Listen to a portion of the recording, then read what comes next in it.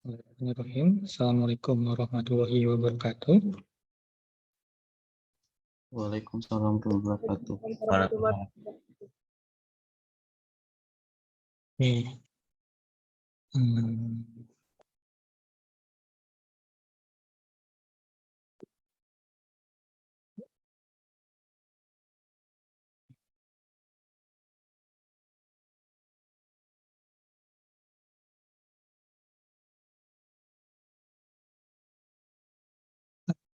ya, jadi hari ini kita masuk ke minggu ke 15 kelima ya dari perkuliahan geometri.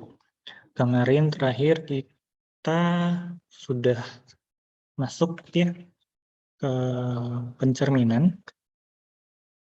Jadi kita sudah lihat kondisinya, maksudnya pencerminan itu situasi yang seperti apa gitu ya, melibatkan apa saja, kemudian menghitung pencerminan dari suatu titik itu bagaimana, kita juga sudah membahas. Mungkin hari ini kita juga coba lanjutkan, atau kita coba review, kemudian lanjutkan, terus kita coba masuk ke materi berikutnya nanti, apa yang terjadi jika pencerminannya dilakukan 2 kali, kira-kira nanti ada yang seperti itu. Oke, sebelum kita lanjutkan ke materi berikutnya gitu ya, melanjutkan kemarin, ada yang mau ditanyakan dulu dari minggu lalu? Ada yang belum saya selesaikan nggak kemarin?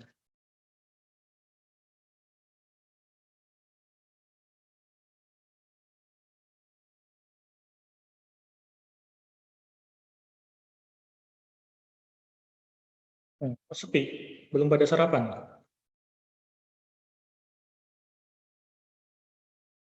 Kalau lagi pada sarapan, jangan-jangan.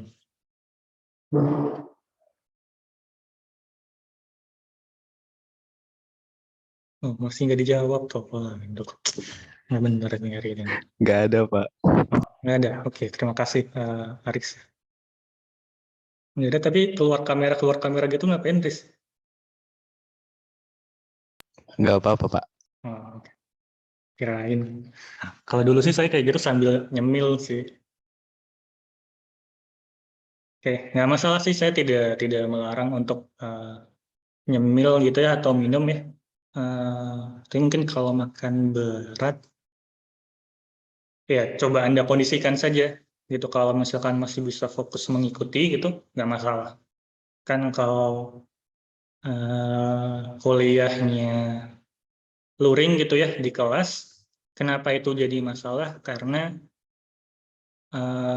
makanan dan minuman kadang punya aroma tersendiri ya. Ditakutkan itu nanti temennya jadi nggak fokus karena mencium aromanya. Tapi kalau sekarang online gitu, ya kan di ruangan masing-masing, jadi insya Allah sih nggak akan ada yang terganggu. Jadi nggak apa-apa, biar bisa fokus juga. Misalkan kalau lapar kan juga nggak fokus ya belajar, silahkan, nggak masalah. Oke, seperti itu. Kalau tidak ada, mungkin kita coba lanjut ya ke materi hari ini. Saya coba share screen. Sebenarnya saya nggak tahu ya, kayaknya sih kita cukup tertinggal ya dibandingkan kelas sebelah. Saya belum masukin lagi. Ada yang ini nggak share atau diskusi dengan kelas sebelah? Kelas sebelah sudah nyampe mana?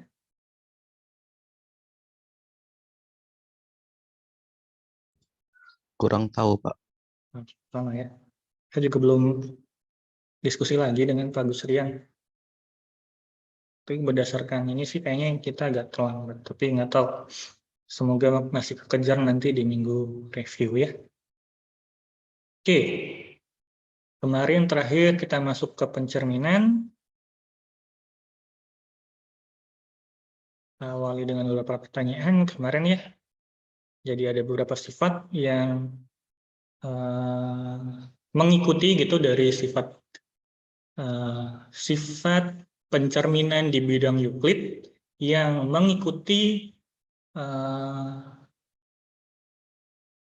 kondisi bercermin di dunia nyata gitu ya. Kalau kita bercermin di dunia nyata, bayangan kita akan berjarak sama gitu ya dengan jarak bayangan kita ke cermin akan sama dengan jarak kita ke cermin gitu ya, ada kondisi itu yang dipertahankan. Kemudian kalau objek yang kita punya, kita tarik garis lurus dengan objek di bayangannya, maka dia akan memotongnya tegak lurus dengan cermin gitu ya. Jadi kalau saya punya cermin, saya punya objek asli, saya punya bayangannya, kalau saya tarik garis lurus, dia selalu membentuk siku-siku, jadi dia tegak lurus. Jadi nggak mungkin objeknya di sini, hasil bayangannya di sana. Ini tidak akan terjadi. Kemudian panjang atau jarak objek ke cermin dan jarak cermin ke bayangan itu sama. Dari sifat itulah yang pada akhirnya memunculkan ini, rumusan ini, bahwa kalau saya punya sebuah titik X, saya cerminkan kepada garis L, jadi saya punya garis L, yaitu adalah P ditambah P gitu ya. Maka kalau saya punya sembarang titik X di luar garis, maka kalau saya cerminkan berarti saya tarik garis lurus ke sini, tegak lurus, saya teruskan dengan panjang yang sama, saya peroleh bayangannya. Oh ya, untuk bayangan dari garis X, ini biasanya kita tuliskan dengan X aksen gitu ya. Jadi kalau X aksen, ini artinya bayangan dari garis X. X aksen ini bisa kita peroleh dengan menghitung X dikurangi 2 dikali hasil kali dalam X min P, jadi vektor X min P ini dikali dalamkan dengan vektor normal satuan, di N-nya merupakan vektor normal satuan. Jadi X min P saya hasil kali dalamkan dengan N, kemudian saya kalikan lagi dengan N, kemudian saya kali dengan 2. Nih, nanti saya bisa mendapatkan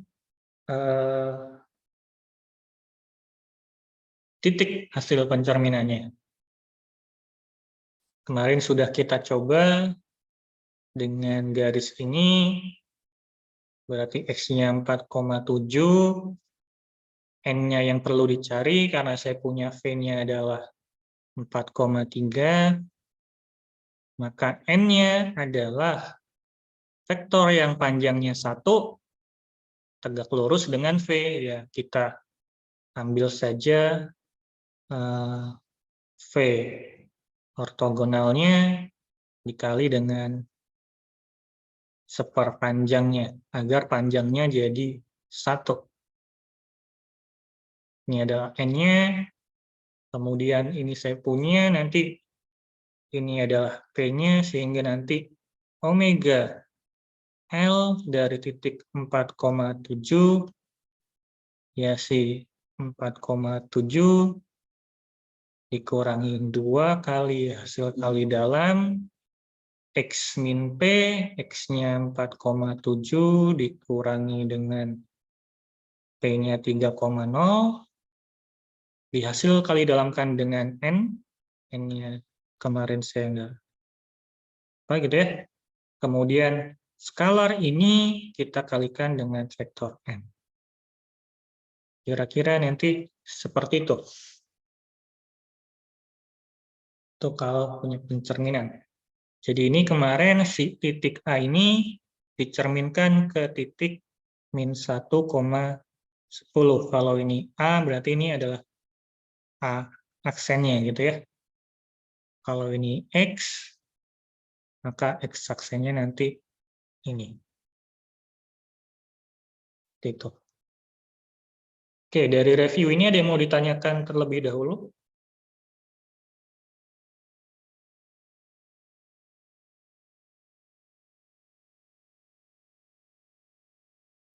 Belum ada, Pak. Oke, terima kasih. Nah, kita coba lanjutkan gitu ya. Ini masih ada yang ingat figure itu apa? Saya sebutkan nggak di...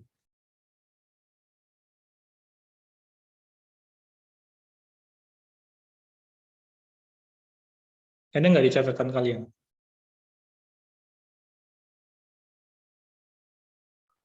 Izin menjawab, Pak. Hmm? Waktu pas pertemuan kemarin itu baru sampai latihan kemarin, Pak. Jadi belum sama sekali masuk ke simetris itu, Pak. Hmm. Baru sampai sini kan ya? Oke. Tapi kayaknya berarti saya nggak memberikan definisi figure itu apa gitu ya? Saya beri saja di sini ya. Jadi kalau saya punya figure itu atau gambar itu adalah subhimpunan atau sebarang subhimpunan dari bidang Euclid.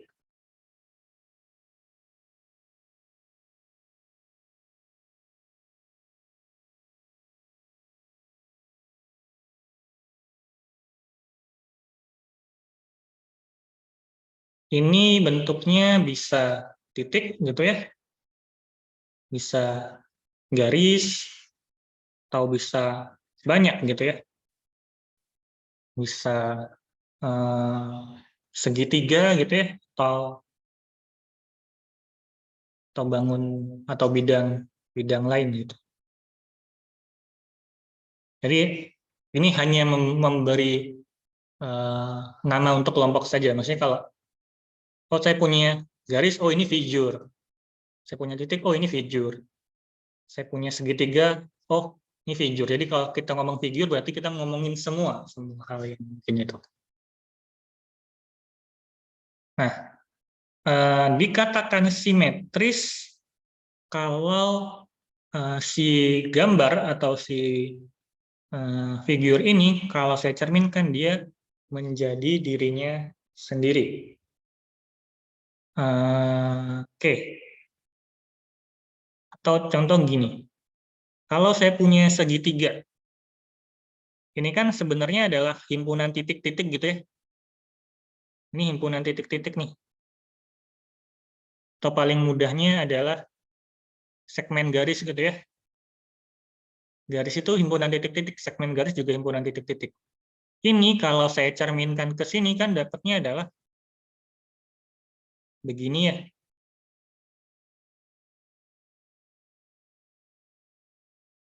Nah, ini sekarang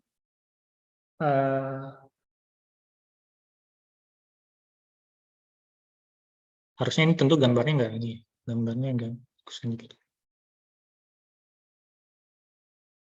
Nah, ini saya punya himpunan titik, dicerminkan juga dapatnya himpunan titik gitu ya. Cuman himpunan titik yang kiri dan yang kanan sama atau berbeda?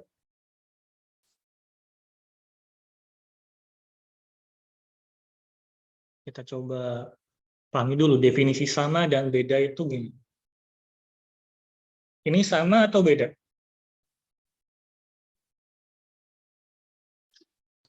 Sama, Pak. Kenapa sama? Karena jarak untuk yang titik di atas sama titik yang atas kiri sama atas kanan itu kalau dilihat gitu agak sama, Pak. Terus sama yang jarak yang titik di bawah kiri sama kanan juga sama. Oke, jaraknya sama. Terkait jaraknya sama, benar. Nah, tapi sekarang apakah dua garis ini adalah himpunan titik-titik yang sama? Ini contoh kurang bagus mungkin ya. Pertanyaan itu.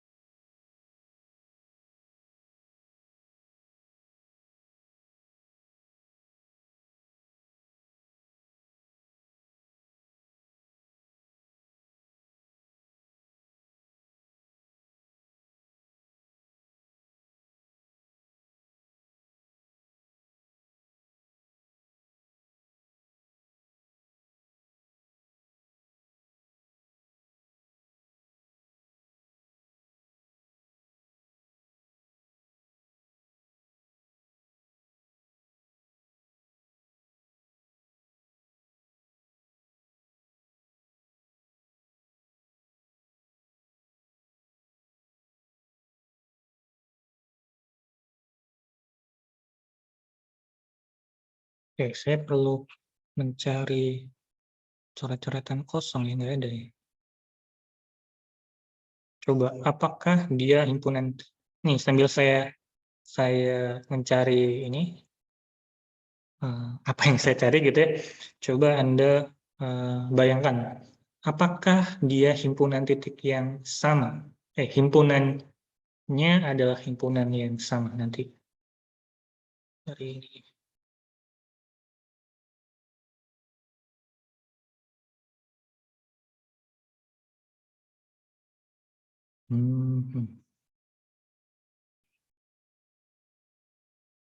Kok hilang?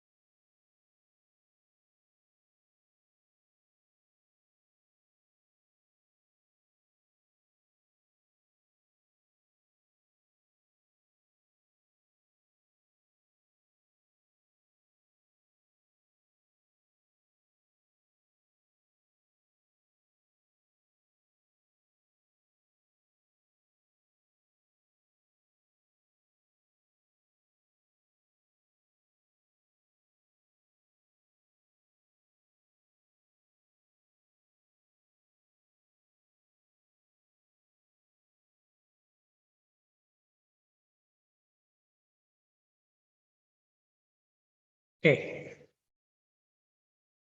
misalkan saya punya segmen garis AB. Segmen garis AB, ini kan himpunan titik-titik gitu ya. Himpunan titik-titik X, Y yang seperti apa gitu. Kemudian ini saya cerminkan ke garis L, yaitu garis Y sama dengan 6. Tentu yang saya peroleh adalah garis BC, segmen garis BC. Ini juga himpunan titik-titik yang ada di sini gitu ya. Nggak saya tuliskan. Nah, pertanyaannya sekarang, apakah segmen garis yang pertama, yang merah itu, dengan segmen garis yang hijau merupakan himpunan yang sama? Himpunan titiknya beda nggak sih, Pak?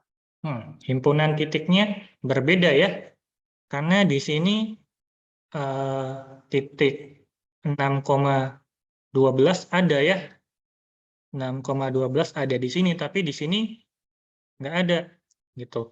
Berarti kan secara himpunan dia berbeda gitu.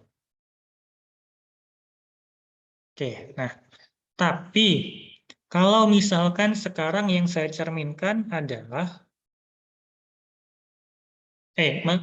sudah oke belum? Kenapa berbedanya? Kalau masih bingung, mending ditanya dulu. Paham, Pak. Oke. Paham, Pak. Nah, sekarang saya punya garis AC. Segmen garis AC.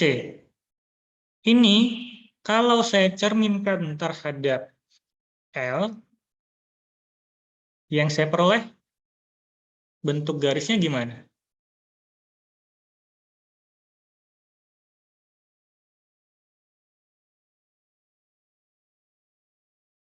Hasil pencerminannya misalkan saya beri warna biru gitu. Untuk bagian yang atas ini dari sini sampai sini hasil pencerminannya apa? Ini kan ya. Terus dari C sini sampai gini saya cerminkan hasilnya ini juga gitu ya. Jadi AC ini kalau saya cerminkan ya jadi AC lagi gitu kan. Kalau kayak gini.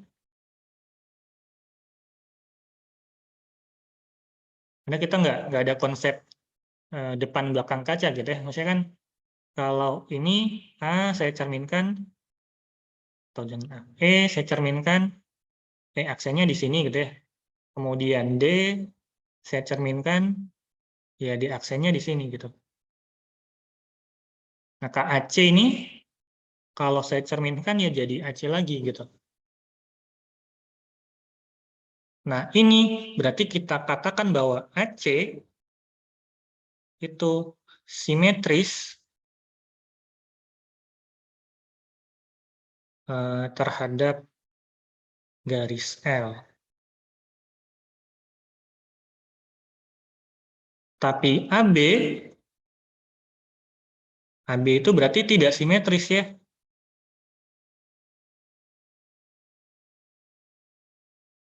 Terhadap garis L. Jadi definisi simetris sekarang seperti itu. Simetris terhadap garis. Jadi suatu objek, suatu figur, suatu himpunan, itu simetris terhadap garis apa gitu.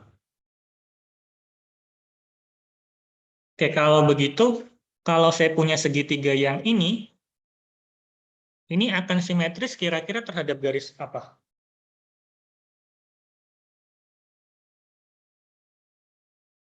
Bisa nggak membayangkan kira-kira kalau saya ambil garis seperti apa, oh maka benda ini akan simetris. Saya cerminkan oleh garis itu tetap benda yang sama.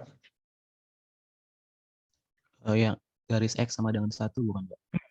Garis X sama dengan 1 adalah garis ini.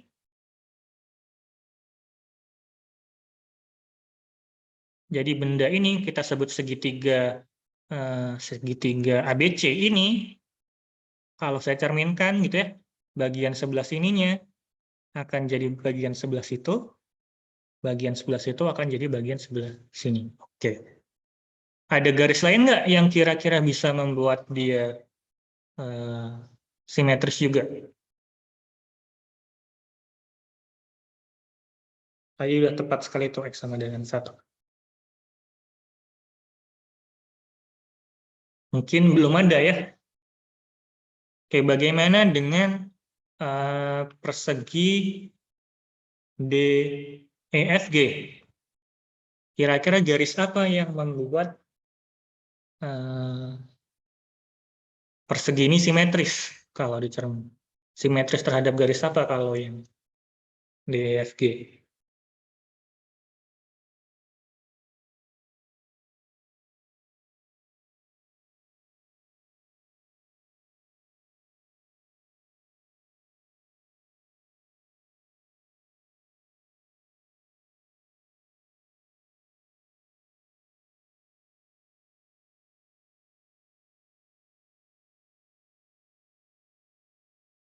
Bisa oleh garis ini ya. Ya tentu ini nanti kita ambil tengahnya gitu ya. Garis X sama dengan 7,5 atau X sama dengan 8 kali 2, 15/2.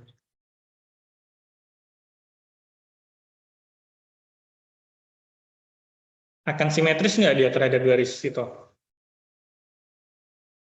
Simetris, Pak. Iya, Pak. Ada garis lain nggak yang kira-kira bisa membuat dia simetris juga? Ada, Pak. Ada, Pak. Garis apa?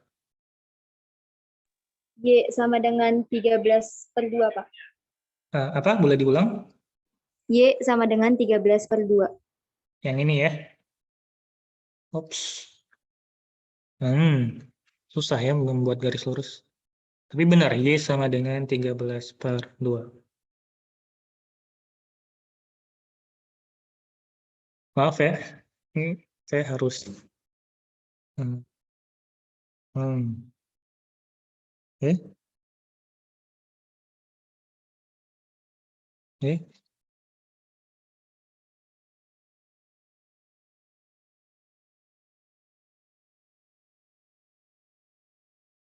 Ini karena saya nyoretnya di pen type, keluarnya di layar, jadi nggak sinkron gitu ya. Y sama dengan 13. Kalau di papan tulis kan ya, di situ yang saya gambar, maka di situ yang akan muncul. Kalau ini ya nggak bisa. Gitu. Oke, ada lagi nggak? Apakah hanya dua garis ini saja?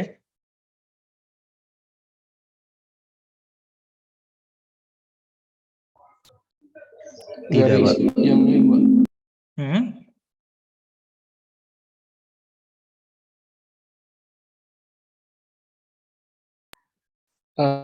Ini Pak, yang 6,5 ditambah arahnya 1,1. 6,5 ini kan dari sini arahnya 1,1, bagus sekali. Gini gitu ya. Ini juga nanti dia akan simetris nih dengan garis ini.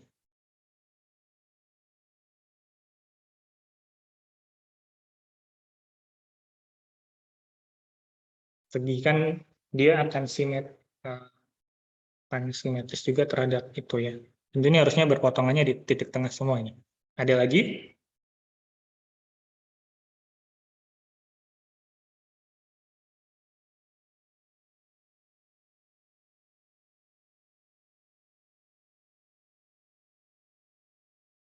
Tentu pada arah sebaliknya juga ini simetris ya di sini ya.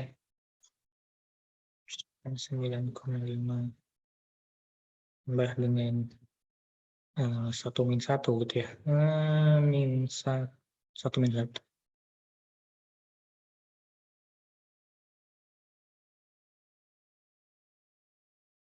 Jadi ini. Nah, garis-garis yang seperti itu, garis-garis L yang seperti itu, ini kita sebut sebagai garis simetri atau aksis simetri. Jadi segitiga ini punya garis simetrinya 1. Persegi ini punya garis simetrinya ada 4 ya. Jadi kita bisa bilang begitu terkait simetri. Ini saya punya 1, berarti saya punya 1 garis, ini punya 4 garis simetri.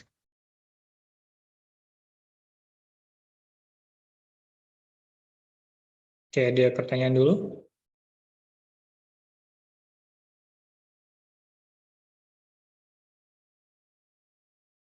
Oke. Belum ada. Nah, ini pertanyaan apa nih? Oke, kita coba jawab pertanyaan-pertanyaan ini dulu. Ada yang mungkin mau berpendapat. Pertama, bila saya punya 2 titik, dicerminkan bagaimana jarak bayangan kedua titik tersebut. Kemarin sudah ada insight-nya. Saya punya garis, saya punya 2 titik, jaraknya katakanlah ini A, ini B, akan jaraknya adalah 2 gitu. Maka kalau saya cerminkan, saya punya A aksen dan B aksen. Jarak A aksen dan B aksen seperti apa?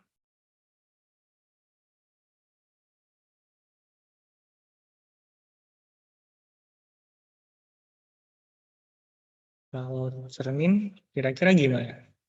Yang tadi dari kita sering bahas.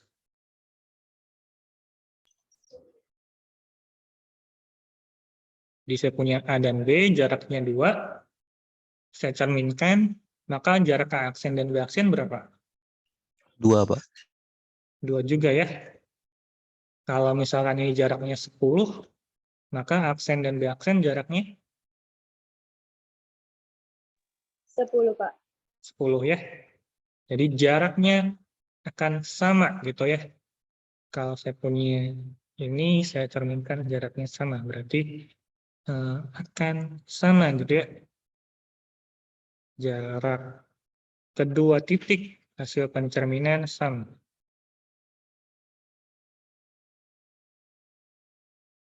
Hasil pencerminan sama dengan jarak, atau enaknya kita tulis ini ya. Kalau ini kan kenapa orang suka menulis secara matematik? Karena kalau nggak matematik panjang. Padahal kalau saya tulis secara matematik kan sebenarnya jarak A dengan B itu pasti sama dengan jarak pencerminannya A oleh L dengan pencerminannya B oleh L, gitu ya. Ini mau ngomong hal yang sama, kalau yang ini berlibet panjang banget, ini cuma satu garis saja gitu ya.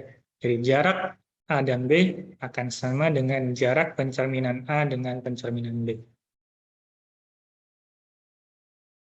Oke, nah ini pertanyaan kedua. Kalau saya punya benda A, saya cerminkan ke L, saya dapat A aksen. Nah, kalau A aksen ini saya cerminkan lagi ke L, dapatnya apa? Apa? A ya. Jadi, kalau ini mau bilang bahwa kalau omega L dari A itu sama dengan A aksen gitu ya. Nah, si omega L dari A aksen ya harus sama dengan A gitu. Jadi, kalau saya cerminkan 2 kali terhadap cermin yang sama, ya dia adalah dirinya sendiri gitu ya. A dicerminkan ke L jadi A aksen, A aksen ini dicerminkan lagi ke L jadi A. Insight-nya seperti itu. Oke, ada tidak titik yang kalau dicerminkan oleh L, dia tetap titik tersebut. Jadi kalau saya punya titik B, omega L dari B itu sama dengan B. Ada nggak titik yang seperti itu?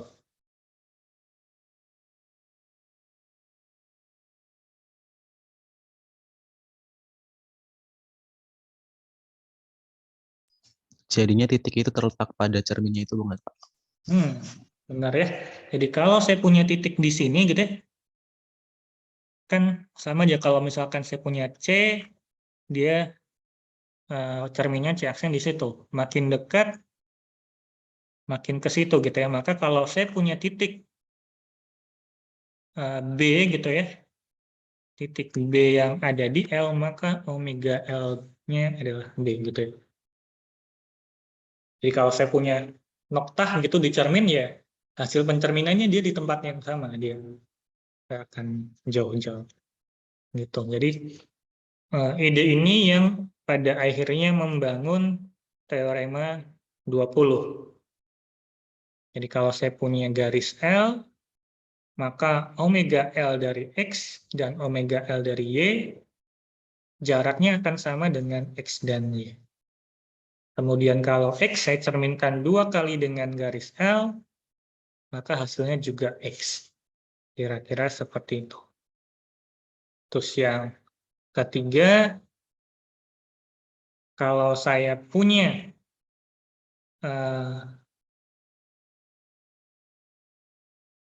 X-nya adalah titik di garis, saya punya L, saya punya X-nya titik di garis, maka pencerminannya ya dirinya sendiri. Gitu. Dari 2 pembahasan tadi, kita punya 2 teorema ini. Ya, sebenarnya bisa dibuktikan sih secara matematis. Menggunakan ya rumus yang itu saja gitu ya. Jadi kalau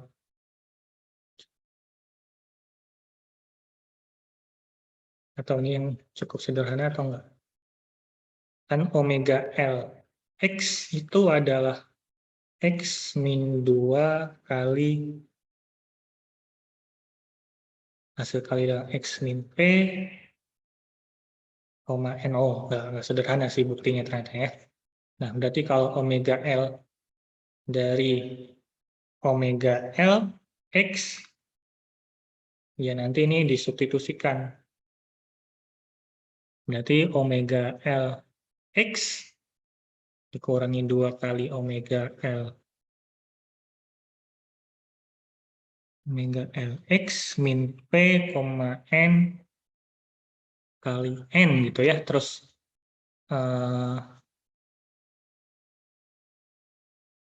si nilai omega Lx ini saya substitusikan ini ke dalamnya. Ya, secara aljabar nanti bisa dibuktikan, cuman mungkin nggak kita bahas dulu di sini. Tapi yang penting teman-teman dapat dulu konsepnya. Bahwa kalau saya punya 2 titik, dengan jarak sekian, saya cerminkan, maka saya punya 2 bayangan dengan jarak yang sama.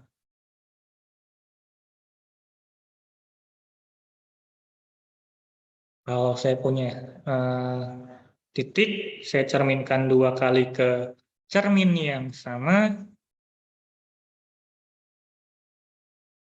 maka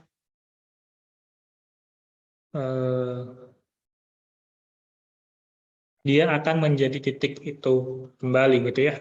A aksen saya cerminkan lagi jadi A. Dan ini ada sedikit tambahan bahwa omega L berarti ini pencerminan ini kan sebenarnya adalah fungsi ya. Pencerminan adalah fungsi. Itu adalah fungsi yang domainnya adalah bidang Euclid E2, range-nya juga E2 gitu ya. Kan ini kan kalau saya punya bahwa omega Lx gitu kan ini berarti fungsi yang rumusnya ini gitu ya. Domain dan range-nya adalah E2. Jadi saya punya titik-titik di E2, saya petakan juga ada titik-titik di E2. Dan dia pemetaan yang bijeksi. Apa artinya bijeksi? Sambil mengingat.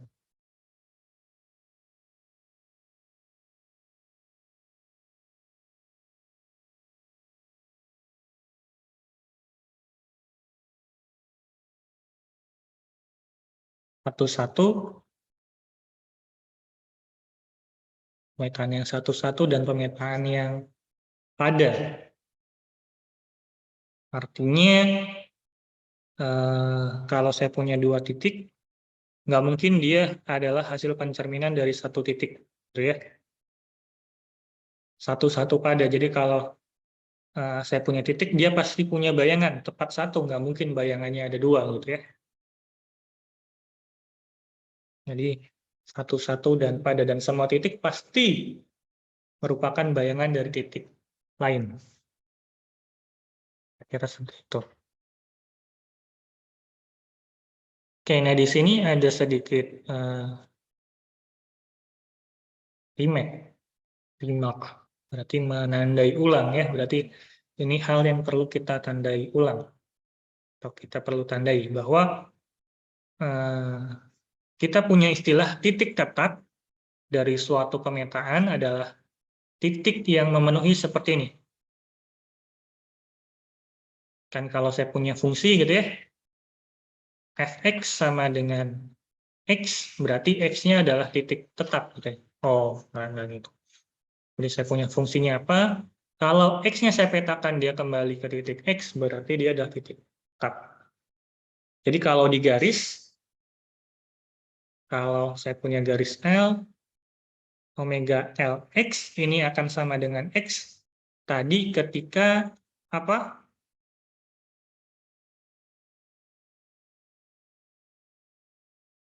Ketika X-nya ada di L. Artinya semua titik-titik yang di sini ini kita sebut sebagai titik tetap. Jadi kalau saya punya X yang di sini, ini bukan titik tetap. Kalau saya punya X yang di situ, maka itu adalah titik tetap. Kemudian di teorema 20 tadi kita lihat bahwa jaraknya itu sama ya, bayangan dan sebelum dibayangkan. Nah ini kita sebut sebagai sifat involutif. Jadi suatu pemetaan yang mengawetkan jarak ini kita sebut sebagai pemetaan yang involutif. Ini sifat pemetaan involutif ya tadi. Kalau saya cerminkan 2 kali gitu ya, omega L dari apapun ya dia adalah dirinya sendiri. Jadi ini sama kayak identitas ya, identitas dari X adalah X. Identitas kali X adalah X. Ini sifat-sifat yang ada. Dan ada sifat. Oke, ini sedikit latihan sambil ngambil nafas gitu ya. Kalau Anda diberikan sebuah garis, L sama dengan 3,4 plus vektor 1,2, ditanya manakah yang merupakan titik tetap, berarti bagaimana mengujinya? Kalau saya ingin tahu, apakah titik tetap si 5,8, gimana cara ngeceknya? Pakai rumus yang X min 2 dikali hasil kali dalam. Itu tadi bukan Pak, X min P, K, N kali N. Untuk apa tujuan itunya untuk apa X? Nah, Untuk nyari X aksen ya Pak. untuk mencari X aksennya boleh. Cara seperti itu boleh. Jadi dicari ini gitu ya, omega L dari 5,8. Dihitung kemudian hasilnya 5,8 enggak. Kalau hasilnya 5,8 berarti dia titik tetap. Kalau hasilnya bukan 5,8 berarti dia bukan titik tetap. Tapi ada nggak cara yang lebih cepat gitu ya untuk mengecek? Tapi cara itu benar ya, dengan menghitung pencerminannya, atau ada nggak cara lain? Pakai yang itu Pak, yang L sama dengan P plus TV itu Pak.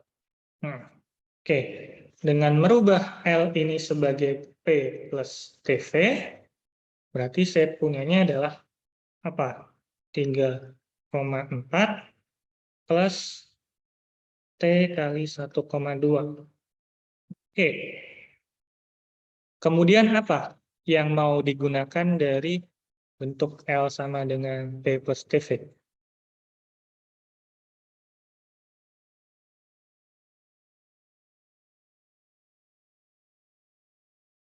Benar, sebenarnya pendekatannya sudah tepat bahwa kita akan menggunakan ini. Tapi bagaimana menggunakannya? Itu dicari dulu nilai T-nya Pak. Berapa? Cari, ya benar. Jadi kita cari nilai T-nya, ada nggak yang menghasilkan 5,8 gitu ya. Jadi kan tadi kita sudah punya 5,8 itu titik tetap jika dan hanya jika si titik 5,8 itu ada di L gitu kan ya. Bagaimana mengujinya? Ya, kita lihat. Berarti apakah 5,8 itu adalah titik di L? Ini sama saja dengan pertanyaan apakah 5,8 itu sama dengan 3,4 plus T kali 1,2 gitu ya. Ada nggak T yang memenuhi gitu kan ya? Berarti kan 5,8 itu apakah sama dengan 3 plus T, 4 plus 2T. Jadi apakah 5 sama dengan 3 plus T dan 8 sama dengan 4 plus 2T itu ada solusinya?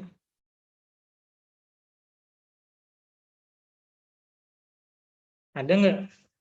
Kalau dari yang atas T-nya harusnya T-nya 2 bukan? T-nya 2. Oke, jadi ini terpenuhi ketika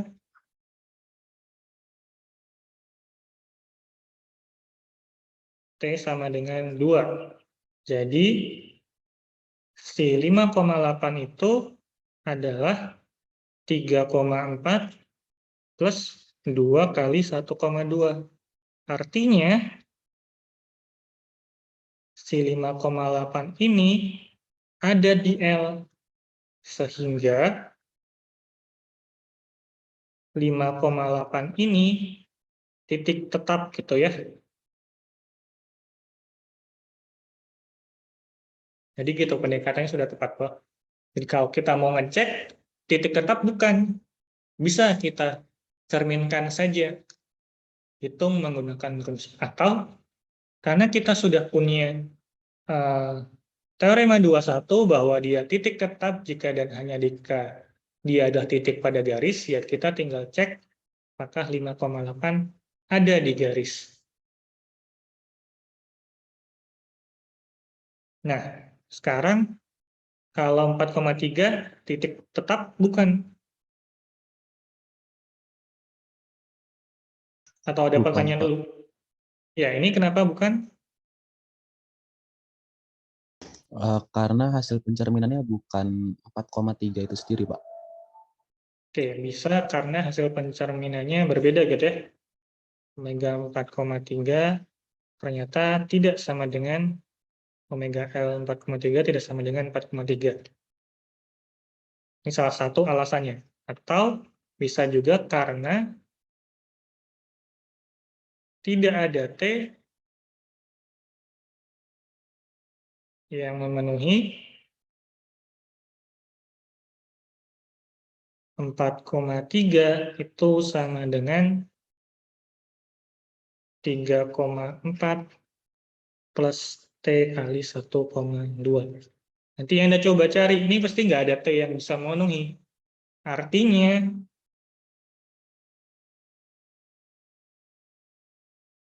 T itu bukan, 4,3 itu bukanlah titik di L. Kalau bukan titik di L, pasti bukan titik tetap. Jadi kriterianya seperti itu.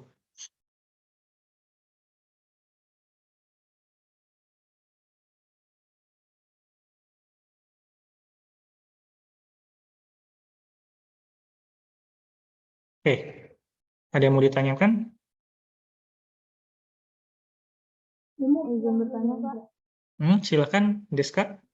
Itu T-nya bisa dapat 2 dari mana?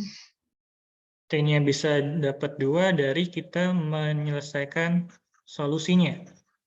Kita cari yang memenuhi kan berdasarkan persamaan 1, berarti kan kita pindah ruaskan T sama dengan 5 kurang 3 sama dengan 2.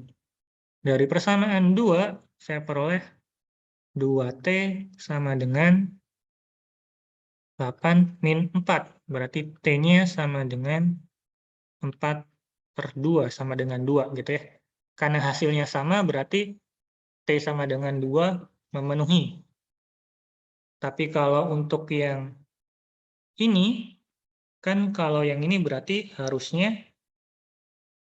4 itu harus sama dengan 3 plus T kali 1 gitu ya.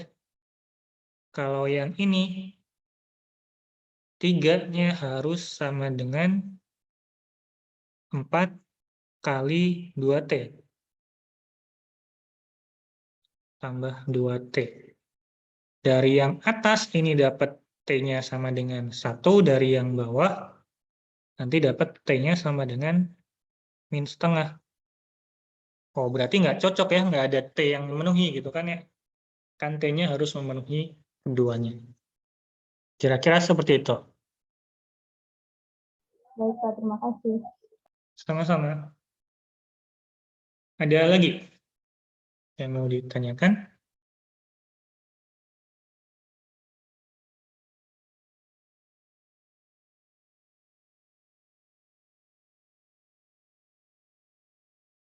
Oke, Belum kalau ada, tidak, Pak.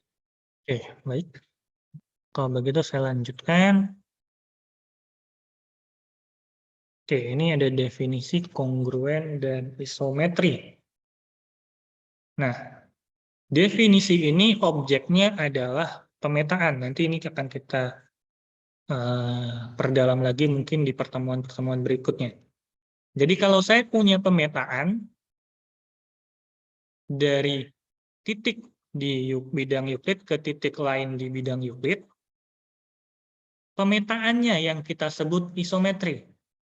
Jika pemetaan tersebut mengawetkan jarak. Jadi ini bahasa manusianya, enggak juga ya, bahasa saya yang menurut saya lebih mudahnya adalah pemetaan yang mengawetkan jarak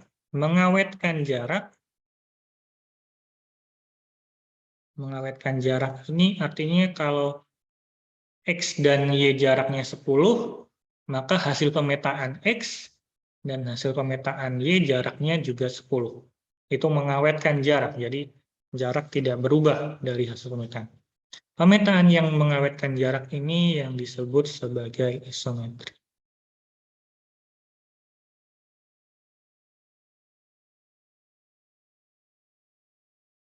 Maka yang tadi, omega L itu kan, ini adalah bendanya adalah pemetaan ya. Si benda ini memenuhi mengawetkan jarak, maka pemetaan ini adalah isometri. Ada nggak pemetaan di E2 yang bukan isometri? Ya, ada gitu ya. Misalkan saya punya pemetaannya adalah TX, saya petakan ke 0,0 gitu ya. Jadi kalau saya punya 1,2, saya petakan ke 0,0. Ini kan pemetaan juga. Saya punya 2,1, saya petakan ke 0,0 juga. Ini TX sama dengan 0,0. Nah, tapi yang ini nggak isometri karena titik awalnya punya jarak berapa, dipetakan ke titik yang sama, yang jaraknya pasti 0. Jadi, bukan isometri. Nanti kita lihat isometri yang lain gitu ya. Jadi nanti yang perlu ditanamkan dulu atau perlu dicatat dulu gitu ya. Pemetaan yang mengawetkan jarak kita sebut sebagai isometri. Atau isometri adalah pemetaan-pemetaan yang mengawetkan jarak. Pemetaan-pemetaan yang hasil pemetaannya jaraknya sama dengan sebelum dipetakan. Nah, suatu figur, suatu gambar, suatu himpunan dikatakan kongruen jika F1 ini saya petakan hasilnya adalah F2. Jadi sekarang kongruen itu nggak ada contohnya.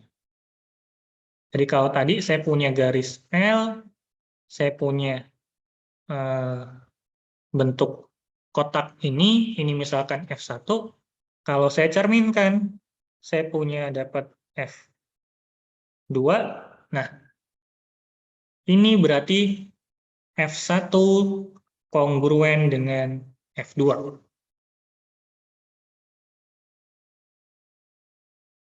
Sifat kongruen kan dulu apa? Kalau saya punya dua segitiga gitu, dia kongruen kalau apa? Atau jangan segitiga, ini agak. Saya punya persegi panjang, Ada yang masih ingat nggak dulu definisi kongruen?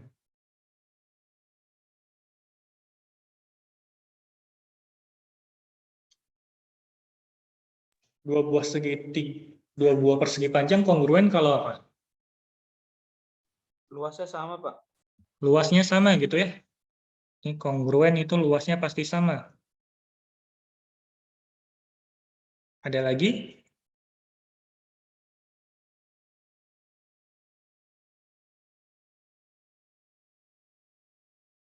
Jarak antar titiknya sama, Pak.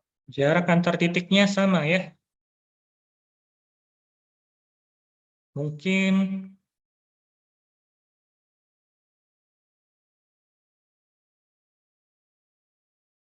jadi kalau ini gitu ya, panjangnya sama, ini panjang dan lebar, ya ini panjang dan lebarnya besarnya sama. Jadi itu kongruen. Jadi kalau segitiga misalkan ini dan ini mungkin kita bilangnya sebangun gitu ya. Tapi kalau mau kongruen dia harus ukurannya sama semua gitu ya.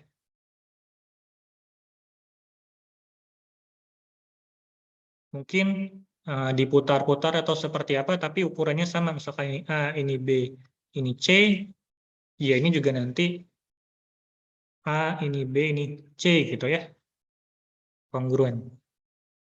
Ukurannya sama. Kenapa ukurannya bisa sama? Karena itu tadi, ada isometri di situ. Jadi kalau saya punya ini X, ini Y, ya X aksen, Y aksen di sini juga punya jarak yang sama. Jadi gitu. Jadi kongruen itu artinya ya ada pemetaan yang memetakan A ke B. Dalam hati kalian mesti paslon ngomong apa gitu ya. Karena emang ini bahasanya agak ini ya. Agak out of topic, tapi kalau kita hubungkan dengan dulu di SMA, kayak gitu. Oke, ada yang mau ditanyakan dulu?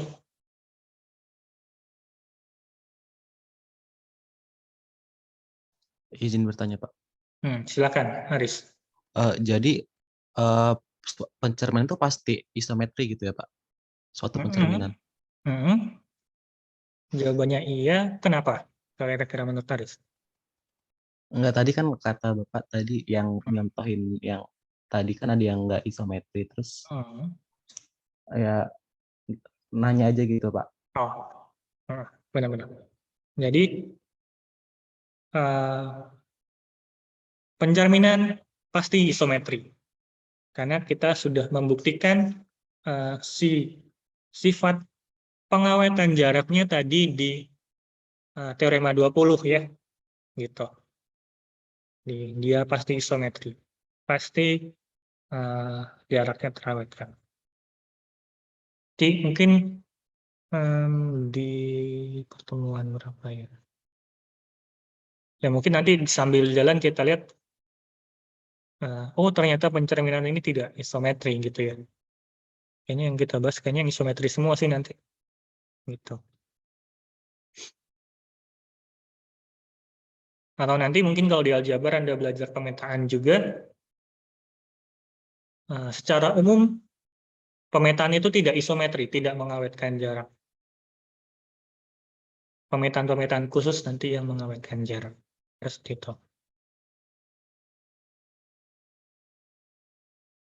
Ini teorema terkait kongruen dan isometri. Ini nanti dibaca saja, mungkin nggak terlalu kita bahas di sini. Kalau saya punya dua buah isometri gitu ya, saya punya pemetaan, ya katakanlah omega L dan omega M.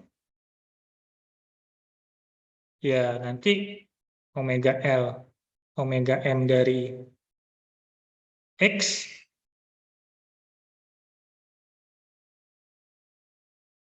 kemudian omega M, omega L dari Y gitu ya. Jaraknya ya tetap sama dengan X dan Y gitu ya. Ini kan kalau saya punya pemetaan yang isometri, komposisinya berarti saya lakukan dengan S dulu, kemudian dengan T. S dulu dengan T, ya dia juga isometri, artinya jaraknya juga akan tetap sama gitu. Dan kalau pemetaan inverse, balikannya mungkin nggak kita bahas secara khusus, itu juga isometri. Kemudian ada identitas, ya identitas adalah pemetaan ke dirinya sendiri gitu ya. Di Tx sama dengan X gitu ya. Untuk semua X ini identitas. Nah, teorema 22 ini mau bilang apa? Sebenarnya ini kan pada nantinya akan masuk ke sifat asosiatif, bahwa kalau TS, RST, jadi kalau saya punya 3 gitu ya, 3 isometri, mau saya hitung ini dulu baru ini, atau saya mau hitung ini dulu baru itu, hasilnya sama gitu ya. Terus ada inverse, nanti terkait inverse dan ada identitas, ini akan arahnya adalah bahwa isometri itu akan membentuk grup. Ya ini lebih ke aljabar, jadi mungkin nggak akan terlalu bahas. Intinya bahwa isometri itu pada akhirnya nanti akan membentuk suatu grup yang kita sebut sebagai grup simetri pada nantinya. Jadi grup ini objeknya adalah pemetaan tuh. Pemetaan-pemetaan, kalau saya komposisikan sifatnya kayak grup tuh, sifatnya kayak penjumlahan. A plus B plus C sama dengan A plus B plus C akan sama dengan A plus BC, plus B plus C. Nah, apa tuh bedanya? Bedanya tanda kurungnya nanti. Gitu. Jadi kalau mau arahnya ke situ. Tapi ini nanti jadi bahan bacaan dulu saja. Tidak terlalu kita perdalam di geometri affin ini. Oke. Berikutnya kita akan masuk ke translasi. Mungkin sebelum masuk ke translasi, kita istirahat 5 menit dulu ya. Saya ingin bernafas dulu. Boleh? Boleh, Kak. Oke ya. Sambil, ini kan ada slide-nya sudah saya share di Google Teams gitu ya. Google Teams, Microsoft Teams. Download saja, ini ada beberapa hal, beberapa gambar gitu ya. Intinya adalah, kalau yang ini nanti silakan saya baca. Kalau saya cerminkan 2 kali oleh garis yang sama kan, X saya cerminkan 2 kali oleh garis yang sama, akan jadi X lagi. Nah, tapi kalau dicerminkan 2 kalinya oleh 2 garis yang sejajar, hasilnya seperti apa? Jadi kayak ini gitu ya. Oh, saya ambil nafas, Anda sambil kerja gitu ya. X ini kalau saya, ini L, ini M gitu ya. Nah, omega M, omega L dari X itu apa gitu ya. Terus kalau ini adalah Y, omega M, omega L dari Y itu apa, nanti kita lihat ada sifat apa yang, ini katakan ini adalah Z, sifat apa yang menaruh. Oke, mungkin kita jeda 5 menit dulu.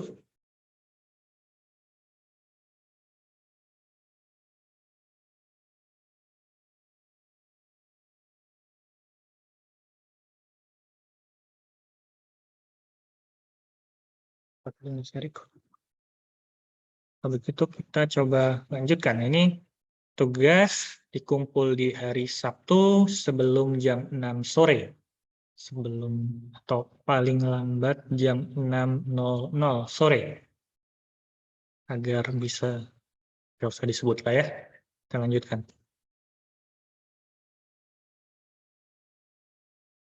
Nah ini tadi secara aljabar bisa dibuktikan apa yang disampaikan oleh teman Anda tadi, bahwa kalau saya punya omega M, omega NX oleh 2 garis M dan X yang sejajar gitu ya, kemudian saya bisa pilih titik P dan Q, pilih titik P dan Q-nya yang menghasilkan garis yang tegak lurus gitu ya, ini P-nya kayak gini, ini Q-nya kayak gini, sini tegak lurus, maka nanti bisa kita lihat bahwa omega M omega N ya adalah, ini kan kalau ini X besarnya, maka ini X 2 kali X besar min P gitu ya, cuman X besarnya adalah omega NX. Jadi omega M, omega NX kita jabarkan seperti itu. Kemudian pada langkah berikutnya, omega NX-nya dijabarkan jadi X itu, terus omega NX ini dijabarkan jadi itu. Yang sebelah kiri, oke. Nah, yang sebelah kanan ini nanti menggunakan sifat-sifat hasil kali dalam, harusnya saya belum memastikan kembali. Ini bisa kita tuliskan jadi itu. X min 2.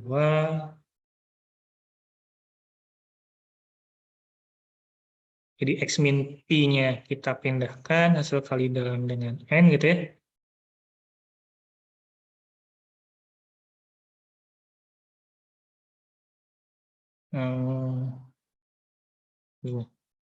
Kan kita punya ada sifat ini ya. A plus B, C. Ini dulu kalau di hasil kali dalam, apa? Ada sifat ini nggak? Sama dengan apa? Coba kalau ada yang megang catatan. A plus B, C adalah hasil kali dalam A, C plus A, B. Kalau nggak salah ya. Benar nggak?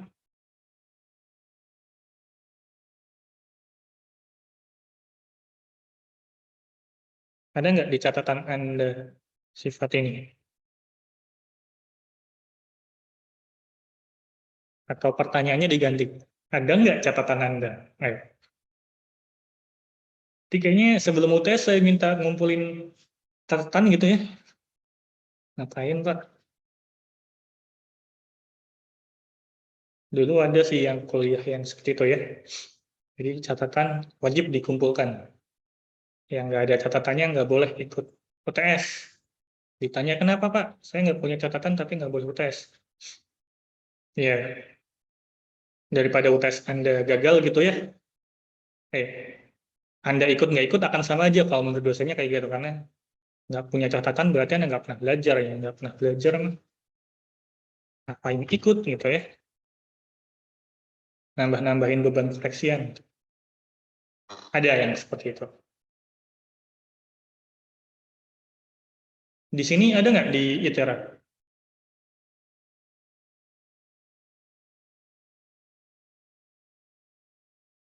Atau di sini ada nggak mahasiswanya? Kok nggak ada jawabannya? Bener, Pak. Oh, bener ya? Terima kasih. Maaf ya, saya suka ngeledekin kalian. Asik tuh gangguin kalian itu. Ini ya. Jadi ini sebenarnya kan X min P ditambah gitu ya. X dikurangi itu dikurangi P kan sebenarnya udah X min P ditambah negatif 2 itu kan ya. 2 ini. Nah, menggunakan sifat ini, A-nya adalah si X min P, B-nya adalah si ini. Jadi dipisah jadi 2 kali X min P kali N, kalikan dengan N, ini nanti ada min 2, kemudian nanti tentu ada perkalian lagi, sehingga nanti kita peroleh dari ini. Min Q 4 kali X min Q N kali N, N. Nanti dari ini.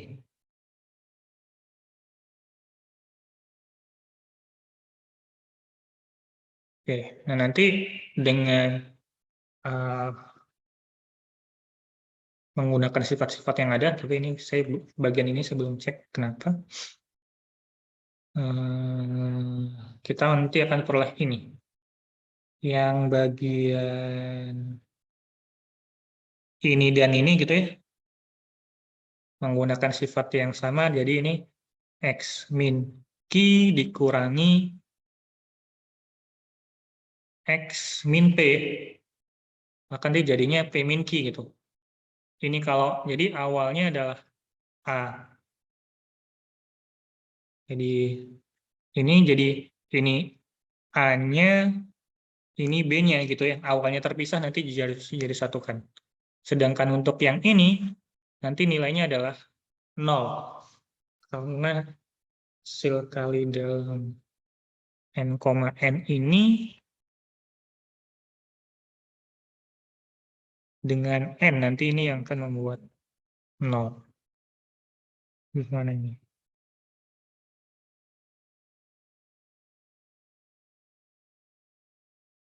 Oh.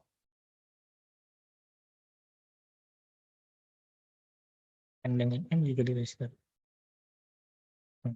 Atau nanti, nah ini alasannya kenapa belum saya cari, tapi bagian ininya nanti 0, bagian ininya berubah jadi itu. Kemudian ini karena dia proyeksi dari P min Q pada arah N, ya berarti panjang P min Q-nya kali dengan N. Atau kalau dibalik, proyeksi N ke P min Q gitu ya, terus dikali dengan N ya. Ya ini nanti hasilnya ada P min Q. Bisa dihitung.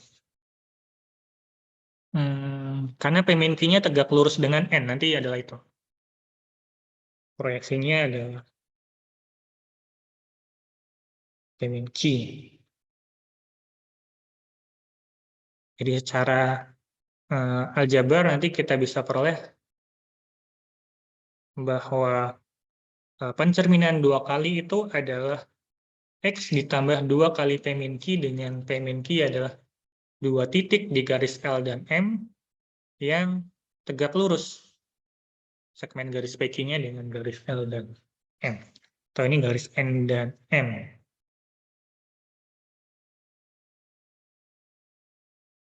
Nah, dengan sifat ini harusnya Anda bisa mengerjakan ini jauh lebih mudah. Nanti kira-kira bagaimana mengaplikasikannya. Berarti Anda perlu mencari titik P dan Q-nya yang mana. Sehingga nanti tinggal X ditambah 2 P min Q, Y ditambah 2 P min Q, Z ditambah 2 P min Q. Coba observasi sendiri.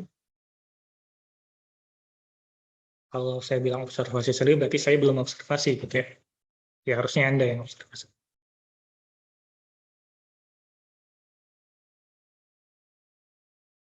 Oke, ada pertanyaan dulu sampai di sini.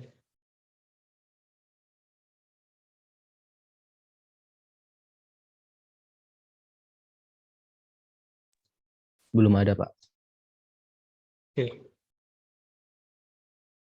Kemudian sekarang kita khususkan. Jadi yang tadi kita menemukan ada yang namanya pencerminan 2 kali, ternyata dia menggeser saja titiknya ke arah yang sama, ke arah tertentu dengan panjang tertentu.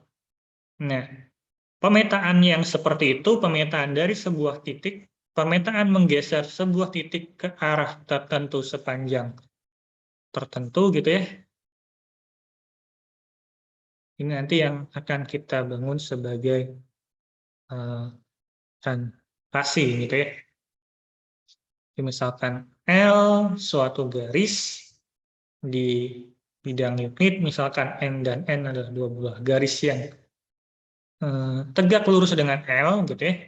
Jadi pertama saya punya L, saya punya garis M dan N yang tegak lurus dengan L, maka pemetaan omega M, omega N ini kita sebut sebagai translasi sepanjang L. Jadi omega M, omega N itu kita sebut sebagai translasi sepanjang. Kenapa sepanjang L? Karena translasinya kan pasti arahnya gitu ya. Tadi kan arahnya selalu tegak lurus dengan N dan M-nya kan ya. Kalau saya petakan X oleh N dan M. Ini pindah ke sini terus ke situ. Jadi dia X-nya bergerak dengan arah yang sama dengan L. Kalau saya punya Y, nanti dia akan seperti itu.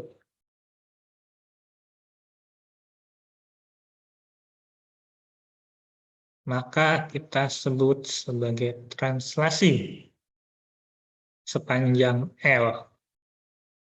Sepanjang L menyatakan arah translasinya.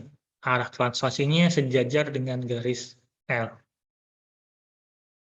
Jika M tidak sama dengan N, maka translasinya disebut tak trivial. Oke, dari kalimat ini, jika M tidak sama dengan N, translasinya disebut translasi tak trivial. Berarti kalau translasi trivial yang gimana?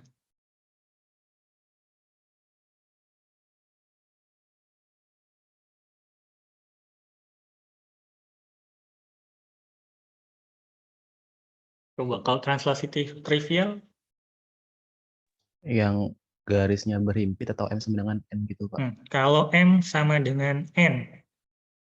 Oke, kalau M sama dengan N, berarti omega M, omega N dari X itu sama dengan apa? X aksen, Pak. X aksen sama nggak dengan X? Sama, Pak. Sama ya. Jadi kira-kira kenapa dia disebut trivial kalau M dan M-nya sama dengan N?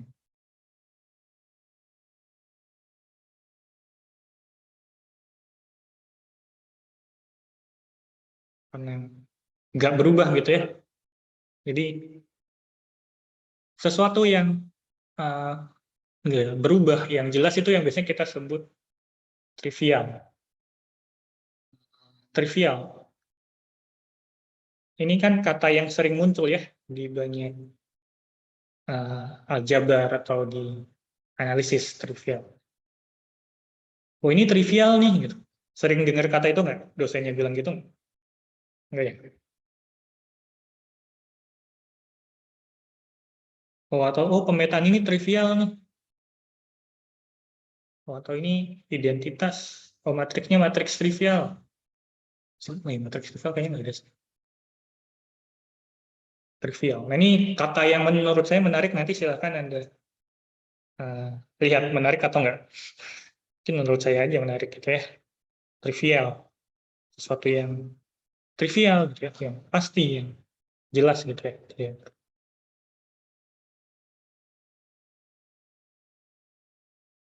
Ya ini hanya parameter 23 ya bilangnya kalau saya punya translasi suatu pemetaan yang sepanjang L, kalau saya punya L, X gitu ya, saya translasikan, ini adalah TX-nya gitu ya, jadi dia bergerak sepanjang L, kalau saya punya garis L aksen gitu ya maka T juga bergerak sepanjang L aksen gitu. Dia cuma mau bilang kayak gitu. Jadi kalau T translasi sepanjang L, kalau L aksennya garis yang sejajar dengan L, maka kita bisa sebut juga T translasi sepanjang L aksen. Wow, gitu ya teoremanya.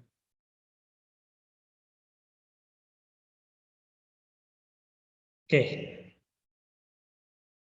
Teorema 24, dia bilang bahwa kalau saya punya T suatu translasi yang tak trivial, dan L memiliki vektor arah V, jadi kalau saya punya L ini P plus V, kalau saya punya translasi sepanjang L gitu ya, TX-nya itu bergeraknya gitu ya, ya TX-nya adalah X plus V gitu dengan suatu vektor V. Jadi X-nya nanti bisa kita tuliskan sebagai X plus V, ini V-nya tertentu ya.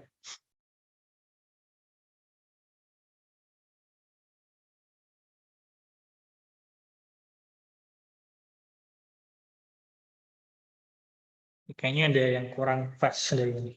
Teorema 24.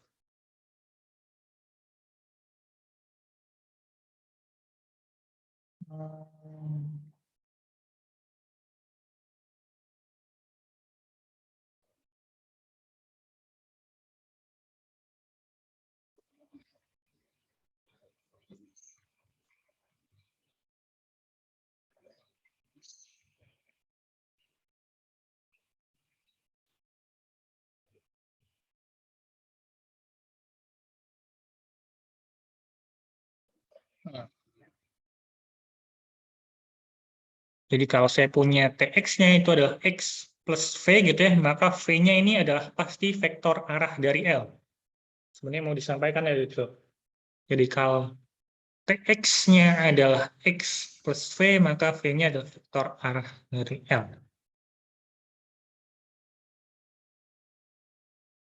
Sebaliknya, jika V suatu vektor tan 0, L sembarang garis dengan vektor V, maka pemetaan yang seperti ini kita sebut sebagai translasi sepanjang L. Ini penamaan saja. Oke. Nah, gitu. Saya belum nyiapin latihannya. Mungkin untuk hari ini baru itu yang bisa saya sampaikan. Ada yang mau ditanyakan terlebih dahulu? Sudah hangat sepertinya ya. Saya belum menyiapkan dengan baik hari ini ternyata.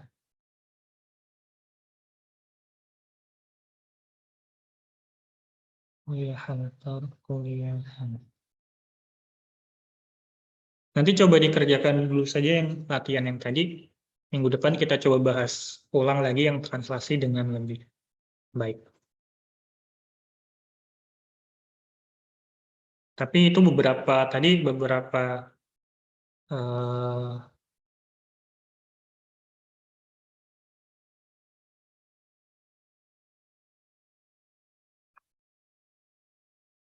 beberapa sifat yang kita peroleh kalau kita cerminkan pada dua garis yang sejajar. Akan menjadi sebuah pergeseran. Pergeserannya seperti apa nanti kita lihat.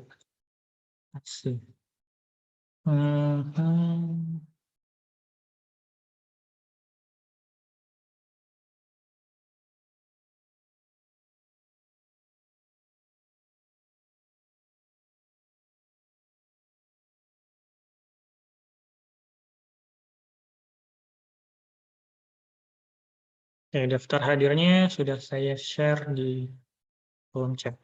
Oke, ada yang mau ditanyakan terlebih dahulu sebelum kita tutup?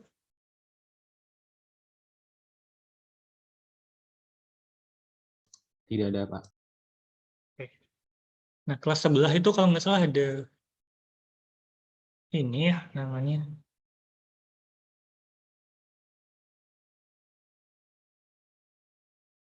Kuliah.itera gitu ya, semacam latihan-latihan soal di situ. Cuman saya belum invite ya, kalian nanti saya coba diskusikan sama Pak Agus apakah kalian bisa masuk gitu ya.